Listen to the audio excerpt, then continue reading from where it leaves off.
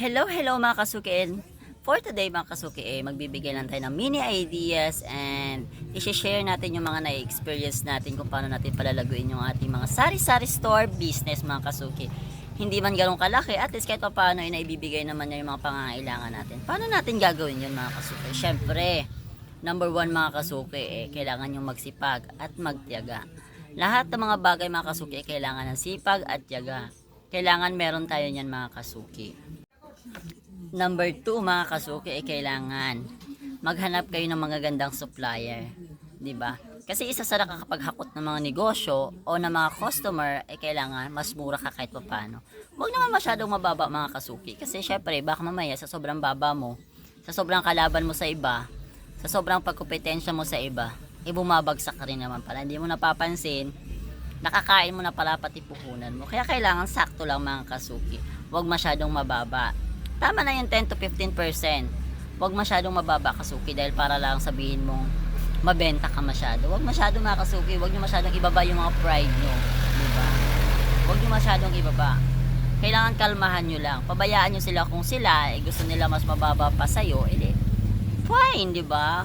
Huwag lang masyadong mababa mga kasuki, kasi syempre sa dami natin ng expenses araw-araw, baka hindi natin napapansin, yung ginagastos pala natin, hindi na pala kita. 'Di ba? Minsan pala puhunan na pala sa sobrang baba nyo. Number 3, iwasan nyo yung laging masungit sa mga customer nyo. Isa din yan sa inaayawan ng mga customer, yung tipong palapit pa lang sila, nakasimangot ka na. Kung hindi naman yung para kumakain ka na rin ng tao, 'di ba? Minsan iiwasan yung mga kasuki, lalo kung mga bata. Minsan takot na takot yan sila sa mga nakasimangot. At saka yung tipong hindi madodrawing yung muka. Number 4, kailangan maaga kang nagbubukas mga kasuki. Kailangan yung pagbubukas at pagsasara mo consistency. I don't know kung paano yan. Basta kailangan always maintain. Yon. Mas mabilis yung sabihin. Kailangan always maintain. Hindi pwedeng sara bukas. 'Di ba? Kailangan may oras kayo. 'Di ba?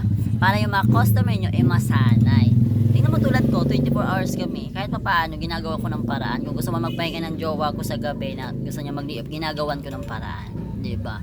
Kailangan yung i-maintain ang inyong tindahan. Number 5, kailangan magiging kompleto yung mga paninda niyo. Hanggat maaari, magiging kompleto dapat kayo. Isa-isa man yan, padalawa-dalawa, patatlo-tatlo, kahit pa paano, makokompleto kayo. Kasi kung anong hahanapin ng mga customer nyo, kahit paano, meron kayo. Meron tayong maibigay. Diba? Yan yung kailangan nating gawin. Kailangan makumpleto tayo paunti-unti. Syempre sa umpisa, marami ka talagang kulang kasi nagsastart ka pa lang naman.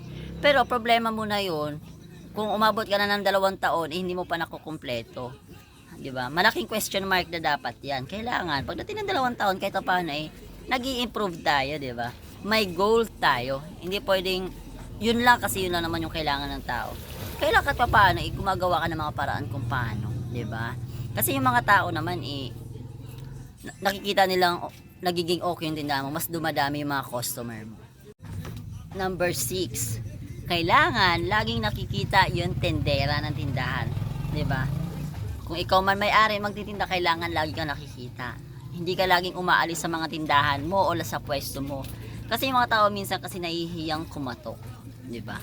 Minsan nahihiya silang bumili kapag wala silang nakikitang tao. Yung tipong tatawagin ka pa kung saan ka nagpupunta. Kung saan lupalop ka sumusuot ng inyong bahay. Kailangan naka-maintain ka lang doon sa pwesto mo kahit paano. Halimbawa, aalis ka man, kailangan may kapalit agad. Kasi minsan kasi yung mga customer nahihiya yan sila, 'di ba? Nahihiya yan silang kumatok minsan. Pero na lang kung makakapal ng ang mukha ng mga customer mo, minsan sumisigaw pa yan pag nasa CR ka. Diba? Number 7, gandahan mo yung pagdi-display na sa iyong tindahan. Kailangan yung pagdi-display mo medyo puno tingnan. Kahit sabihin mo hindi ka naman ganun kadami yung paninda, kahit pa paano pag sabihin nilang parang kalat yung style ng tinda mo, di ba? Minsan kasi sa tingin ng tao punong-puno ka nun, lalo na kung maganda yung pagkakasabit-sabit mo, di ba? Minsan kasi nakaka-attract yun ng mga customer. Yun. Kailangan gandahan nyo yung pagsabit-sabit nyo, at saka medyo punuin nyo. Yung tipong isang haba lang siya o 2 haba, ikalat nyo na agad. Ikalat nyo ng pagsabit. Huwag nyo ipapatong-patong. Para pagtingin ng tao wow, ang dami naman ito. 'Di ba? O ayan mga kasuki, sana may natutunan kayo sa aking maliit na kwento. Sana katulong sa inyo, 'di ba? Maraming salamat. Don't forget to follow and subscribe to my channel mga kasuki. Thank you. I love you all.